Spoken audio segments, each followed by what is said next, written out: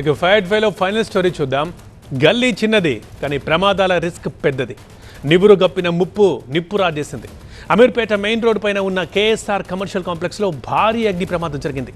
చుట్టుపక్కలంతా దట్టమైన పొగ వ్యాపించింది.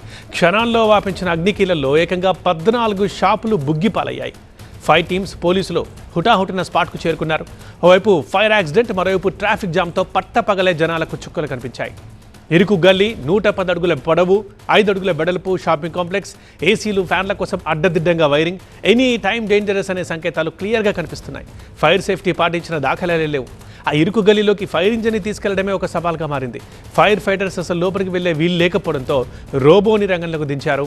ఎట్టకేలకు గంటల పాటు శ్రమించి మంటల్ని అదుపులోకి తీసుకొచ్చారు. ఎలాంటి ప్రాణ నష్టం జరగలేదు, కానీ 14 షాపులు మాత్రం కాలి బూడిదైపోయాయి. కరెస్పాండెంట్ శ్రవణ్ ఉన్నారు. శ్రవణ్, ఇప్పుడు ఏంటి పరిస్థితి?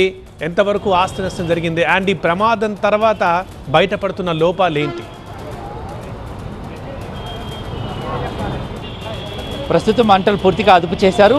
ఆస్తి నష్టం మాత్రం భారీగానే జరిగిందని బిల్డింగ్ ఓనర్లు అయితే చెబుతూ ఉన్నారు. ఇక్కడ మనం గమనించాల్సింది ఏంటంటే ఆ బిల్డింగుల నడుమ ఇరుకు గల్లీలు అని అన్నాం కదా, అసలు బిల్డింగే చాలా ఇరుకుగా ఉంది. ఎదురుగా ఒక గోడ కనిపిస్తుంది కదా, తిప్పి కొడితే 4 నుంచి 5 అడుగులు. ఈ బిల్డింగు వెడల్పు అంటారు చూసారా, ఆ వెడల్పు కేవలం ఇది మాత్రమే.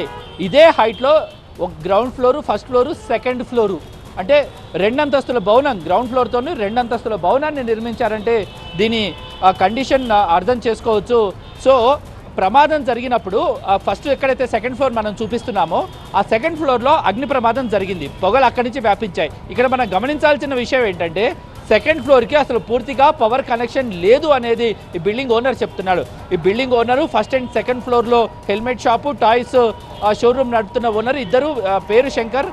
ఆ రెండు ఒకటే అనమాట. బిల్డింగ్ ఓనరే అక్కడ షోరూమ్ నడుపుతున్నాడు, శంకర్ అతని పేరు. సెకండ్ ఫ్లోర్లో కరెంటు పూర్తిగా కట్ చేశారు, కానీ సెకండ్ ఫ్లోర్లోంచే మంటలు వ్యాపించాయనేది ప్రత్యక్ష సాక్షులు చెబుతున్నారు. దానికి ప్రధాన కారణము ఈ సెకండ్ ఫ్లోర్ ఏదైతే కనిపిస్తుందో ఈ సెకండ్ ఫ్లోర్ టెంపరీ కన్స్ట్రక్షన్, అంటే ఇనుప ఫ్రేములు వాటితో కలిపి నిర్మించిన ఈ కన్స్ట్రక్షన్ కాబట్టి సెకండ్ ఫ్లోర్ పక్కా నిర్మాణం కాదు. మెటల్ ఫ్రేము, మెటల్ తిరిమిది, దీని వెనకాల మెటల్ వాల్ ఉంది. ఆ వాల్ వెనకాల హర్ష మెస్కు సంబంధించిన చిమ్నీ ఉంది. ఆ చిమ్నీ నుంచి వచ్చిన మంటల కారణంగానే ప్రమాదం జరిగిందని అంటున్నారు పోలీసులు. దీనిపైన కేసు నమోదు చేసి విచారణ చేస్తున్న సిచ్యువేషన్ అయితే ప్రస్తుతం కనిపిస్తోంది. రైట్ శ్రవణ్.